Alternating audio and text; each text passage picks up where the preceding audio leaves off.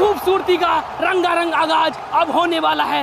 हम कांग्रेस का सपोर्टर है, लेकिन हाँ, भाषण मोदी जी का ही सुनते हैं। क्यों? राजनीतिक अपनी जगह, मनोरंजन अपनी जगह।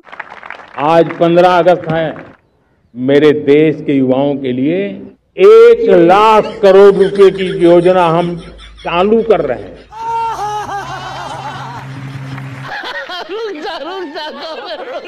तो भैया सुना, अब देश के युवाओं को 15-15 हजार रुपया मिलेगा, क्योंकि कल 15 अगस्त के शुभ अवसर पर मोदी जी ने पीएम विकसित भारत रोजगार योजना लॉन्च किया है।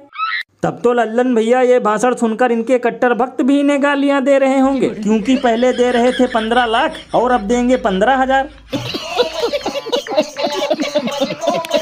बताओ, इससे ज्यादा तो हमने आटे और पराठे पर जीएसटी दे दिया होगा। और लल्लन भैया, मुझे तो लगता है कि मोदी जी ने सारा काला धन विदेश घूमने और मखाना खाने में उड़ा दिया है, क्योंकि कहने को तो हम दुनिया की चौथी सबसे बड़ी अर्थव्यवस्था वाले देश बन गए हैं, फिर भी रोजगार के लिए सिर्फ 15,000 की पुड़िया मिल रही है। ये बिल्कुल सही कहा आपने। इससे अच्छा तो 80 करोड़ के बजाय 140 करोड़ देशवासियों को राशन दे देते, तो देश की दादियों को 200-200 रुपए में अपना पोता न बेचना पड़ता। ये बड़ी अच्छी बात कही आप। और भैया, एक अंदर की बात बताऊं, ये 1 लाख करोड़ का पैकेज भी 71,000 करोड़ की तरह पानी में डूब जाएगा और देश के युवाओं को फिर से एम्बुलेंस के अंदर बीड़ी, सिगरेट, पान मसाला बेचना पड़ेगा, क्योंकि पैकेज जारी होते ही उसे अधिकारी डकार जाएंगे। लल्लन भैया, इसीलिए तो लोग घनघोर बेइज्जती करते हुए ये कहते हैं कि हर बार बनाते हैं लाल किले से गर्मा गर्म योजनाएं, जो बाद में हो जाती हैं कौवे की दुआएं। और अभी तो रुको, क्लाइमैक्स अभी बाकी है। भारतीय जनता पार्टी इस टाइम मैं भैरव बाबा के मंदिर में खड़ी हूँ और मैंने प्रार्थना की है कि तुम्हारी पार्टी का विनाश हो जाए। हमारे बच्चों को हमसे छीनोगे ना?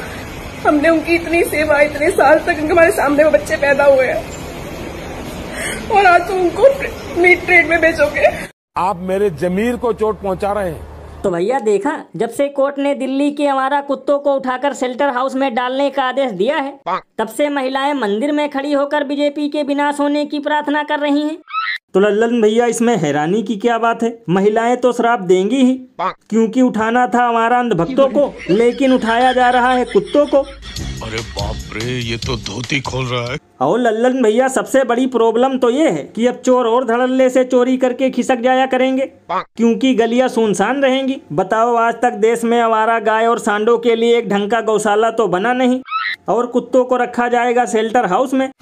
ये बिल्कुल सही कहा आपने। बताओ, यहाँ सांडों की वजह से ठंड में सोता है किसान, लेकिन चलाया गया है कुत्ता उठाओ अभियान।